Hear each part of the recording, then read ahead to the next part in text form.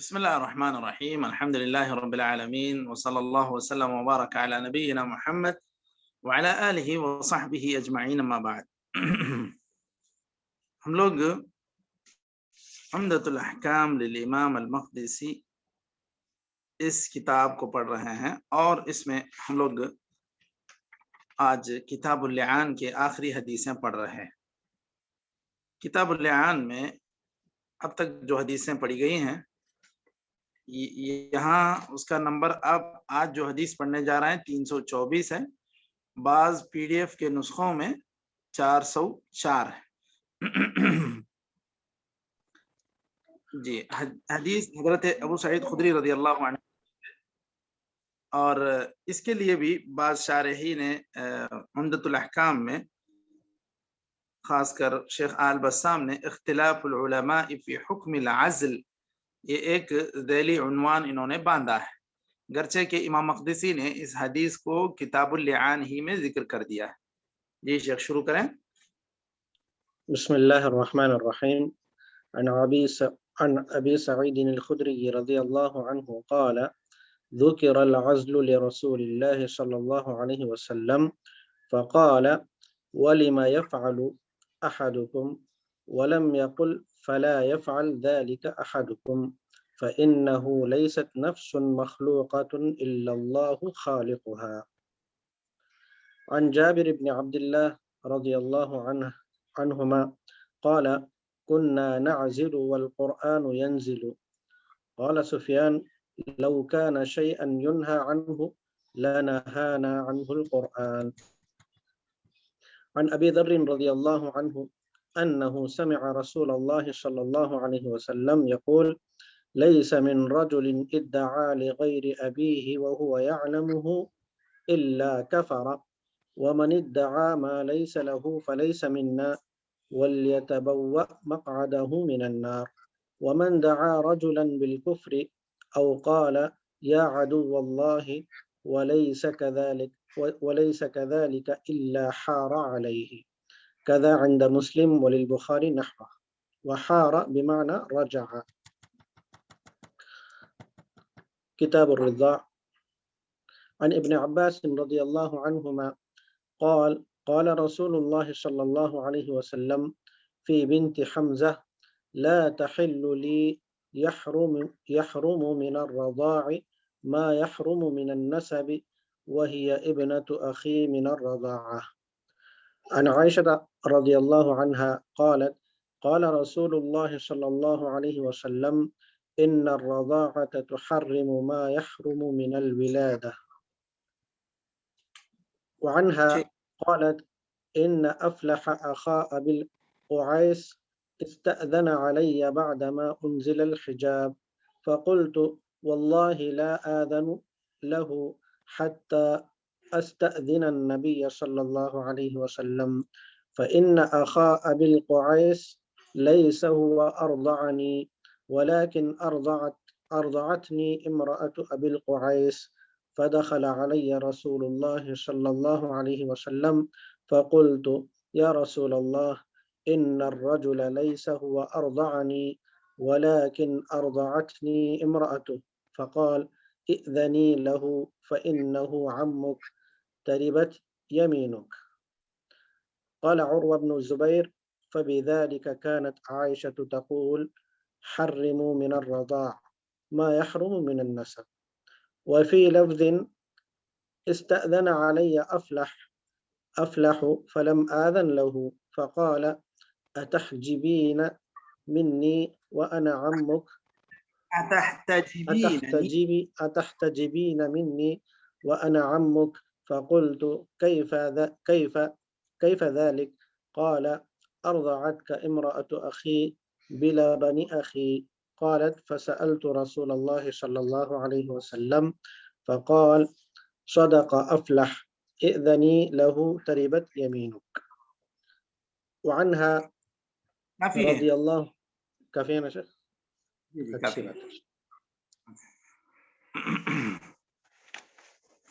بسم اللہ الرحمن الرحیم۔ الحمد للہ رب العالمین، وصلی اللہ وسلم وبارک علی نبینا محمد وعلی آلہ وصحبہ اجمعین، اما بعد۔ ہم لوگ عمدۃ الاحکام للامام المقدسی اس کتاب میں کتاب اللعان کی آخری حدیثیں پڑھ رہے ہیں. حدیث ہے ہمارے پاس جو نسخہ ہے اس میں حدیث نمبر 324 ہے، حضرت ابو سعید خدری رضی اللہ عنہ کی حدیث، جس کے اندر یہ بات بتلائی گئی ہے کہ نبی کریم صلی اللہ علیہ وسلم کے پاس عزل کا ذکر ہوا. العزل یہ کہتے ہیں انسان جب اپنے بیوی سے تعلق قائم کرے اور اس وقت پانی کا خروج ہونے لگے تو اس وقت وہ الگ ہو جائے، ایسے عمل کو العزل کہتے ہیں. تو یہ خاص گویا کہ پس منظر میں، ویسے تو العزل کے معنی ہی الگ ہونا ہے، لیکن یہاں پر جو استعمال کیا گیا العزل ایسے خاص حال میں الگ ہونا، اس کو عزل کہتے ہیں. تو یہ نبی کریم صلی اللہ علیہ وسلم کے پاس اس کا ذکر چھڑا کہ ایسا عزل کرنے والے کرتے ہیں. تو آپ صلی اللہ علیہ وسلم نے کہا وَلِمَ يَفْعَلُ ذَلِكَ أَحَدُكُمْ، کیوں ایسا کرتے ہیں کرنے والے، یا تمہیں کا کوئی ایسا کیوں کرتا ہے؟ تو آپ صلی اللہ علیہ وسلم نے یہاں پر پوچھا لِمَ يَفْعَلُ ذَلِكَ أَحَدُكُمْ. آپ صلی اللہ علیہ وسلم نے یہ نہیں کہا لا يفعل، یہاں پر دیکھیے راوی کا بیان ہے وَلَمْ يَقُلْ فَلَا يَفْعَلْ ذَلِكَ أَحَدُكُمْ. آپ صلی اللہ علیہ وسلم نے یہ نہیں کہا لا يفعل، فَإِنَّهُ لَيْسَتْ نَفْسٌ مَخْلُوقَةٌ إِلَّا اللَّهُ خَالِقُهَا، کیونکہ اللہ تعالیٰ اگر کسی انسان کو پیدا کرنا چاہے، کسی بچے کی ولادت وہاں پر مقدر کر دے ان زوجین کے مابین، تو وہ کتنا بھی بچیں، وہ غیر شعوری طور پر بھی وہ پانی وہاں تک چلا جائے گا جہاں سے بچے کی پیدائش شروع ہو جائے، بچہ بننا شروع ہو جائے گا، جنین شروع ہو جائے گا. تو یہ بچنے سے کوئی خاص فائدہ نہیں ہوگا. یہ بات آپ صلی اللہ علیہ وسلم گویا کہ یہاں پر بیان کر رہے ہیں. تو اس حدیث کے اندر جو نئے الفاظ ہیں اس میں العزل ہے. العزل کا معنی تو ابھی میں نے ذکر کیا. پھر یہاں پر خاص طور پر جو نوٹ کرنے والی بات ہے وَلِمَ يَفْعَلُ ذَلِكَ أَحَدُكُمْ، آپ صلی اللہ علیہ وسلم نے کیوں کرتا ہے کوئی انسان، یہ بات آپ نے پوچھی. تو یہ گویا کہ استفہام ہے بمعنی الانکار، گویا کہ انکار کر رہے ہیں آپ، یعنی کہ اس کو صحیح نہیں سمجھ رہے ہیں. ایسا کیوں کرتے ہیں بھائی؟ اگر کوئی کہتا ہے تو مطلب یہ ہے کہ وہ یہ نہیں جاننا چاہتا ہے کہ اس کا جواب کیا ہے. اس کا مقصود یہ ہے کہ اس کے اوپر نکیر کرنا ہے. یہ استفہام بمعنی الانکار کا مقصد ہوتا ہے. تو یہاں پر آپ صلی اللہ علیہ وسلم نے جو کہا کہ کیوں ایسا کرتے ہیں، پھر آپ نے کہا فَإِنَّهُ لَيْسَتْ نَفْسٌ مَخْلُوقَةٌ إِلَّا اللَّهُ خَالِقُهَا، اگر کوئی مخلوق مقدر ہے، اللہ نے اس کی تقدیر میں رکھ دی ہے، تو وہ ضرور پیدا ہو کر رہے گا، یہ چاہے کتنا بھی بچے. تو اب یہاں پر جو بات حدیث میں معلوم ہو رہی ہے وہ یہ کہ عزل کو آپ صلی اللہ علیہ وسلم نے جو استفہام کیا گویا کہ اس کا انکار کیا، یہ ایک مناسب کام نہیں ہے.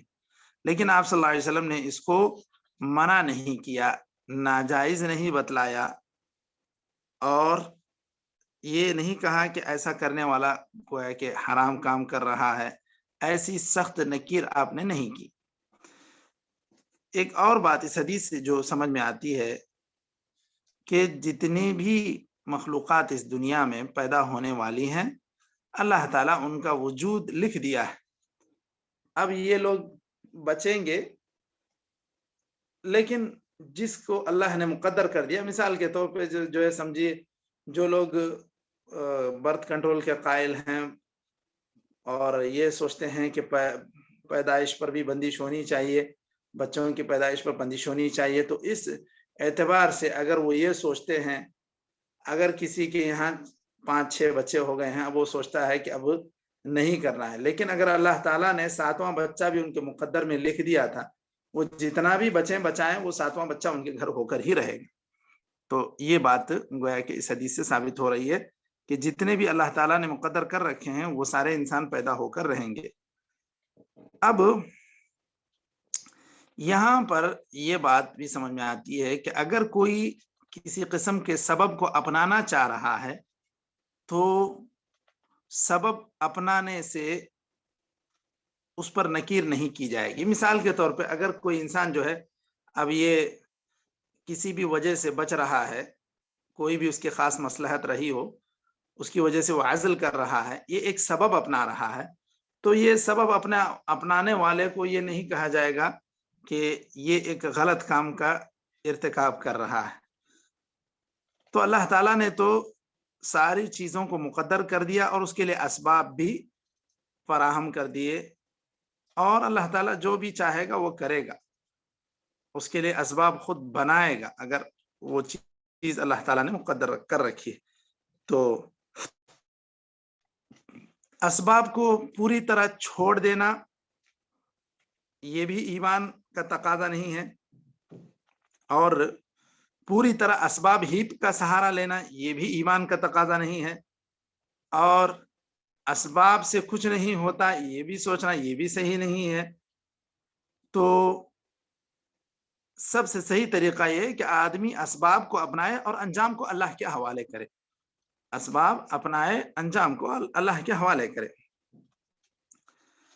تو اسباب کی تاثیر تو ہے، تو اسباب اپنانے والے کو انکار نہیں کیا جائے گا. جیسے اب اس انسان نے عزل کو اپنایا کسی خاص سبب کے لیے، تو اس سبب کے اپنانے پر اس کو یہ نہیں کہا جائے گا کہ تم نے غلط کام کیا، تم نے صحیح نہیں کیا.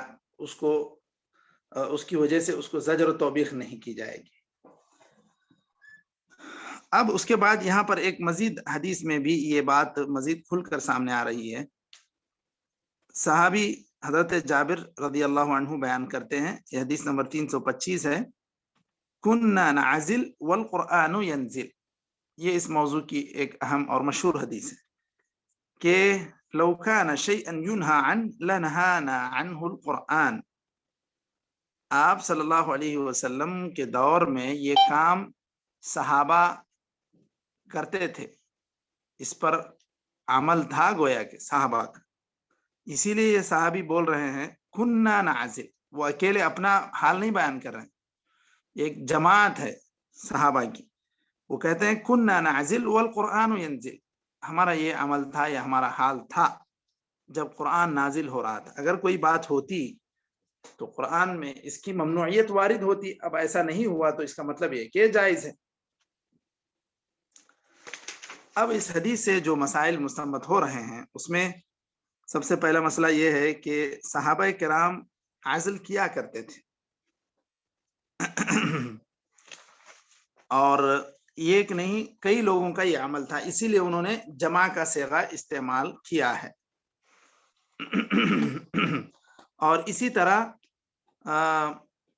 صحیح مسلم میں جو وارد ہے کہ حضرت جابر رضی اللہ عنہ سے کہا گیا فبلغ ذلك النبی صلی اللہ علیہ وسلم فلم ینہنا عنہ. صرف اتنی بات نہیں ہے کہ ہم لوگ ایسا کر رہے تھے کہ قرآن نازل ہو رہا تھا ہم ادھر عزل کر رہے تھے، بلکہ آپ صلی اللہ علیہ وسلم تک یہ بات پہنچی بھی تو آپ صلی اللہ علیہ وسلم نے اس سے منع نہیں کیا اور اس سے دور رہنے کے لیے نہیں کہا.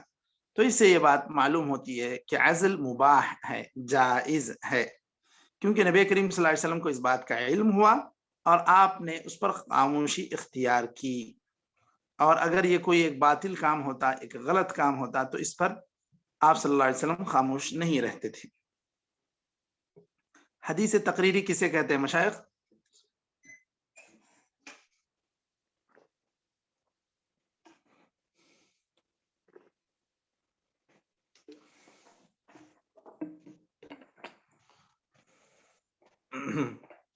جی مشائخ، حدیث تقریری کسے کہتے ہیں؟ کوئی کام کرتے ہوئے دیکھ کر اللہ کے نبی کچھ نہ کہیں جی تو یہ حدیث تقریر ہے شاید. بالکل، یہ ایک جز ہے آپ جو بتلائے ہیں. ایک تو یہ کہ آپ نے کہا کہ آپ صلی اللہ علیہ وسلم کسی کام کو کرتے ہوئے دیکھ کر خاموشی اختیار کریں اور اسے کچھ نہ کہیں، منع نہ کریں. جی جی صحیح ہے، منع نہ کریں، یہ بات تو صحیح ہے. اس کے علاوہ ایک اور جو اسی کا یعنی حدیث تقریری کا کہ آپ صلی اللہ علیہ وسلم کے زمانے میں وہ کام کیا جائے اور اس سے آپ صلی اللہ علیہ وسلم نے منع نہیں کیا. جیسے ابھی یہاں پر یہ بات پتہ چل رہی ہے کہ آپ صلی اللہ علیہ وسلم نے تو اب یہ چیز تو رویت سے تعلق نہیں ہے نا، یہ چیز عزل کی جو بات ہے یہ آپ صلی اللہ علیہ وسلم کے دور میں یہ کام ہو رہا ہے.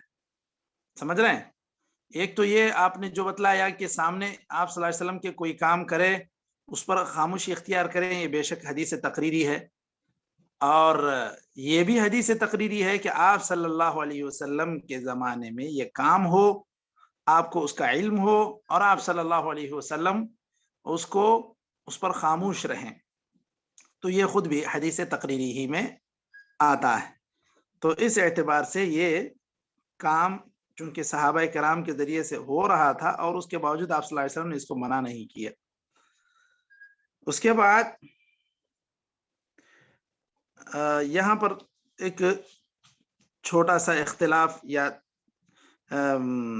علماء کے درمیان یہ ہے کہ ائمہ ثلاثہ یا جمہور کا یہ مسلک ہے کہ عزل کیا جا سکتا ہے، اور اگر یہ لونڈی سے عزل کرنا ہے تو اس کے لیے تو کوئی مسئلہ نہیں اجازت وغیرہ کا، وہ مالک خود اس کا آزاد ہے اس سلسلے میں. اور امام شافعی وغیرہ نے کہا کہ مالک لونڈی ہو یا بیوی ہو عزل بالکل کر سکتا ہے اگر شوہر چاہے. جمہور نے یہ کہا کہ جو آزاد بیوی، جو مطلب ہے کہ اس کی بیوی ہے، شرعی بیوی ہے، لونڈی نہیں ہے، آزاد عورت ہے، تو ایسی صورت میں عورت کی اجازت یا اس کی بھی موافقت کی ضرورت ہے، کیونکہ یہ ہو سکتا ہے کہ اس کی خواہش ہو اور یہ انسان اس کو روکنا چاہے تو ایسا بھی نہ ہونے پائے. تو اسی لیے یہ جمہور کا یہ مسلک ہے کہ آزاد عورت جو ہے اس کی بھی رضامندی یا اس کی اجازت بھی ضروری ہے. جبکہ امام شافعی اس بات کے قائل ہیں کہ چاہے آزاد عورت ہو یا لونڈی ہو، سب میں وہ عزل کر سکتا ہے. یہاں پر ایک اور حدیث ہے جس کی وجہ سے امام ابن حزم وغیرہ نے العزل کو منع کیا، اس کو حرام قرار دیا. کیا ہے وہ حدیث؟ نبی کریم صلی اللہ علیہ وسلم صحیح مسلم کی حدیث ہے، جذامہ بنت وہب وہ بیان کرتی ہیں کہ میں نبی کریم صلی اللہ علیہ وسلم کے پاس تھی، کچھ لوگوں میں، کچھ لوگ وہاں اور بھی تھے، تو وہاں عزل کا ذکر نکلا تو آپ صلی اللہ علیہ وسلم نے کہا ذالک الوعد الخفی، گویا کہ یہ پوشیدہ طور پر زندہ درگور کرنا ہے یا مار دینا ہے، ایسی گویا کہ یہ ایک حرکت ہے. ذالک الوعد الخفی، یہ بات آپ صلی اللہ علیہ وسلم نے کہی. اس حدیث کی بنیاد پر امام ابن حزم وغیرہ نے اس کام کو حرام قرار دیا، منع قرار دیا، اور انہوں نے یہ کہا کہ یہ جو حدیث ہے یہ ناسخ ہے. ذالک الوعد الخفی آپ صلی اللہ علیہ وسلم نے کہا تو یہ حدیث ناسخ ہے سارے احادیث کے لیے، جبکہ صحیح بات یہی ہے کہ وہ کام جائز ہے اور آپ صلی اللہ علیہ وسلم نے اس سے منع نہیں کیا تو اس کا جواز باقی رہے گا. رہی بات یہ جو انسان بچے سے بچنے کے لیے اس طرح کی حرکت کرتا ہے اور بچے پیدا ہوا کہ نہیں کرنا چاہتا یا بچوں کی پیدائش ہی نہیں چاہتا، ایسا کام کرتا ہے تو یہ اس کا اطلاق اس پر ہو سکتا ہے. ذالک الوعد الخفی، یہ جو حرکت اس کی طرف سے ہو رہی ہے یہ گویا کہ اس کے اوپر وعد خفی کا اطلاق ہوگا، پوشیدہ طور پر گویا کہ یہ پہلے ہی سے مارنے کی کوشش کر رہا ہے. تو صحیح بات اور راجح بات یہ ہے کہ یہ جائز ہے. اس کے بعد جو حدیث اور پڑھی، ایک اور حدیث جو ہم لوگوں نے پڑھی، حدیث نمبر 326 حضرت ابو ذر کی حدیث ہے.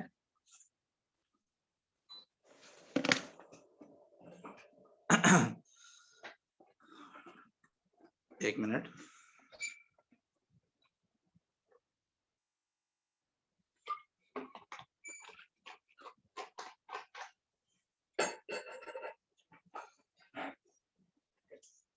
حضرت ابو ذر کی حدیث ہے، ہمارے پاس جو نسخہ ہے اس میں 326 ہے نمبر، کہ نبی کریم صلی اللہ علیہ وسلم کو انہوں نے یہ فرماتے ہوئے سنا، کوئی آدمی اپنے باپ کے علاوہ کسی اور کی طرف منسوب ہوتا ہے، خود کو منسوب کرتا ہے، دعویٰ کرتا ہے کہ وہ میرا باپ ہے، اور اس کو اس بات کا علم ہے یقینی طور پر کہ وہ اس کا باپ نہیں ہے، تو پھر ایسی صورت میں وہ گویا کہ کافر ہو گیا۔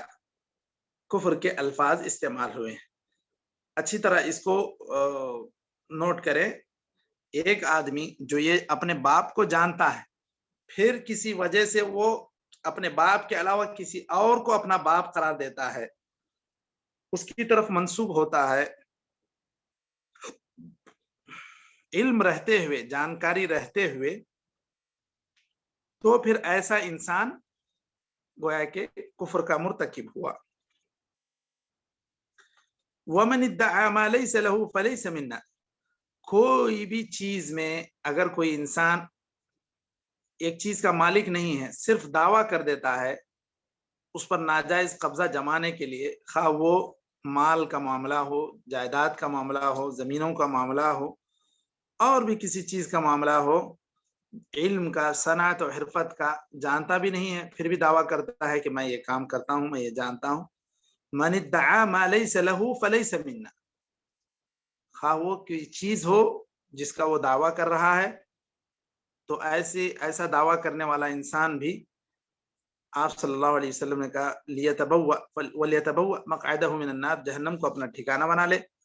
وَمَنْ دَعَا رَجُلًا بِالْكُفْرِ أَوْ قَالَ يَا عَدُوَّ اللَّهِ، اگر کسی آدمی نے کسی کو کافر کہہ کے بلایا، مسلمان کو، مطلب یہ کہ خاص طور پہ یہاں پر مسلمان کو، یا یہ کہا اے اللہ کے دشمن، اور وہ آدمی ایسا نہیں تھا، اس نے ظلماً اس کو ایسی بات کہی، الا حار علیہ، حار ای رجع،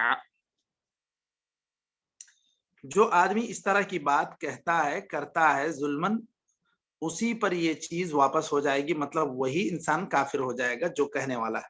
سامنے والا اگر کافر نہ ہو، اس کو آپ کافر کہیں تو گویا کہ خود کہنے والا ہی کافر ہے، یہ کلمہ اسی کی طرف لوٹ کر آئے گا۔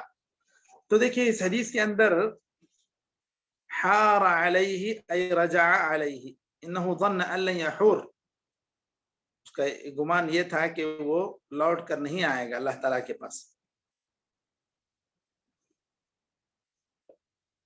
اور اس حدیث کے اندر جو باتیں معلوم ہو رہی ہے،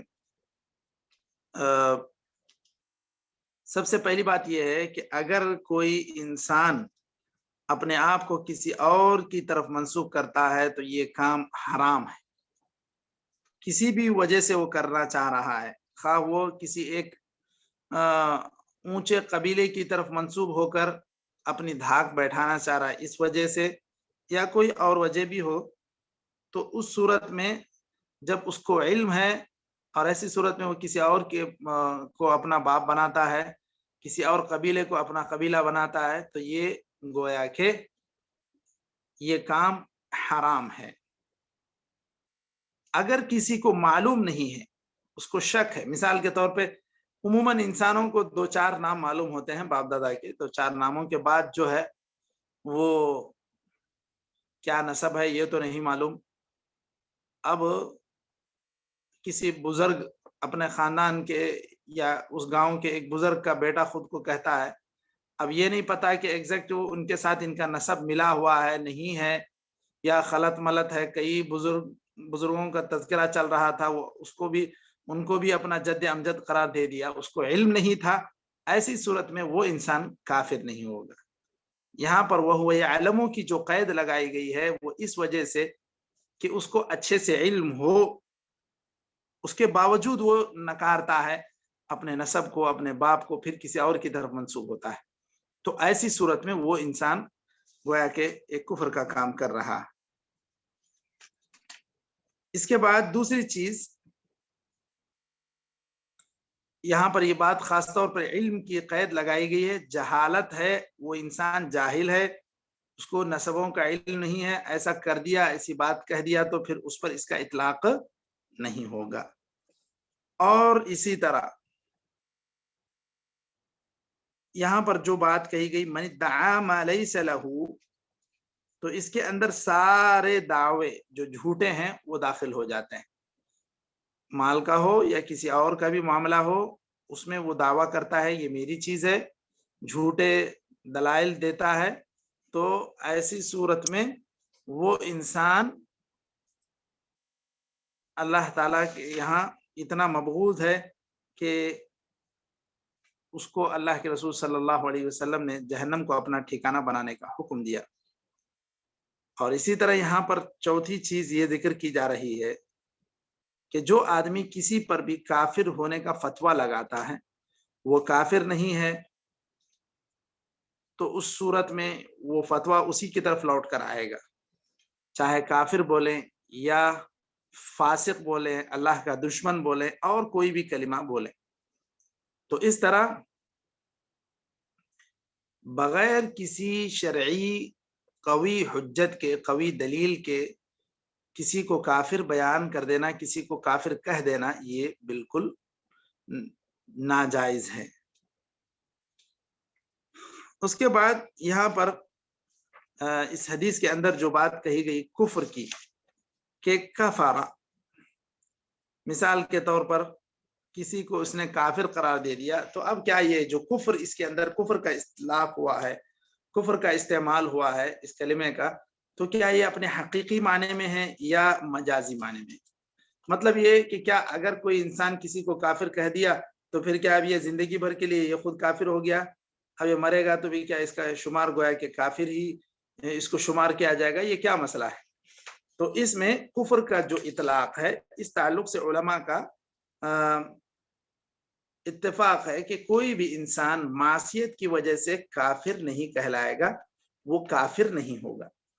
یہ جو معصیت کا ارتکاب کیا، اس نے کسی غیر باپ کی طرف اپنے آپ کو منسوب کیا، یا وقتی طور پر قبیلے کو، دوسرے قبیلے کو اپنا قبیلہ بتلا دیا، ایسا کام کرنے والا یہ حقیقی کافر نہیں ہے کہ اس کو ملت سے خارج کر دیا جائے گا. تو یہاں پر جمہور کی یہ تعویل ہے کہ یہ کفر دون کفر ہے. بعض لوگوں کی یہ تعویل ہے کہ یہ کفر دون کفر، یعنی جو بڑا کفر جو ملت سے نکالنے والا ہے وہ اتنا بڑا کفر نہیں، اس سے چھوٹا کفر ہے. اور بعض لوگوں نے کہا کہ یہ کفر نعمت کے بارے میں، گویا کہ اس نے اللہ تعالیٰ کی نعمت کا انکار کیا، ایسی بھی تعویل کی گئی ہے. اور جہاں پر لیس منا کہا گیا، ہم میں سے نہیں ہے، تو مطلب یہ ہے کہ ہمارے صحیح طریقے پر سے نہیں ہے، یہاں پر بھی یہ تعویل کی گئی.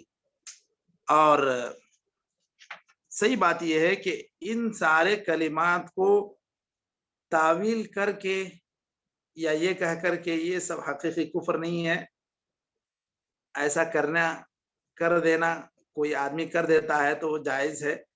اس کو معمولی نہ بتلایا جائے تاکہ لوگوں کے اندر اس نافرمانی سے بچنے کا جذبہ پیدا ہوتا رہے، ورنہ اس طرح صرف تعویل کر کے یہ بتلا دیں کہ نہیں یہاں پر جو بھی ہے کفر، یہ کفر سے مراد یہ کوئی کفر ہی نہیں ہے، کوئی انسان کرتا ہے تو بھی کوئی بڑی بات نہیں ہے. اگر آپ اس کی اہمیت کو کم کر دیں گے تعویل کے ذریعے سے تو کیا ہوگا؟ جی مشائخ.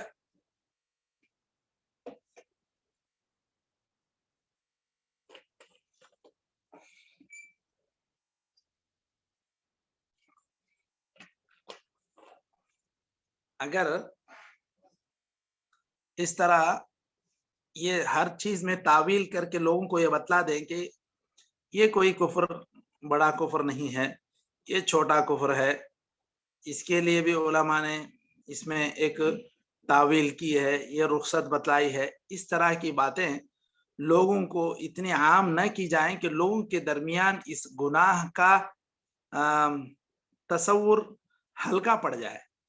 تو یہ حقیقت میں بہت بڑا گناہ ہے، غیر باپ کی طرف منسوب ہونا، ناحق کسی چیز کا دعویٰ کرنا، یا کسی کو کفر کا فتویٰ لگانا، یہ سب ناحق کفر کا فتویٰ لگانا، یہ ساری چیزیں بہت ہی سختی سے شریعت میں منع کی گئی ہے. اب اس کو تعویل کر کے اس کی اہمیت کو کم نہیں کرنا چاہیے، لیکن اتنا ہے کہ یہ ایسے جو معصیتوں کا ارتکاب کرنے والا ہے اس کو نصیحت کی جانی چاہیے اور اس کے ساتھ معاملہ مسلمانوں ہی کا کیا جائے گا۔ تو یہاں تک آج کتاب اللعان ختم ہوا، یہیں تک ہم لوگ آج اپنی بات روک لیتے ہیں۔ انشاءاللہ اس کے بعد کے حلقے میں ہم لوگ کتاب الرضاع شروع کریں گے۔ نکتفی بهذا القدر وصلی اللہ وسلم وبارک علی نبینا محمد وعلی آلہ وصحبہ اجمعین۔ السلام علیکم ورحمۃ اللہ وبرکاتہ۔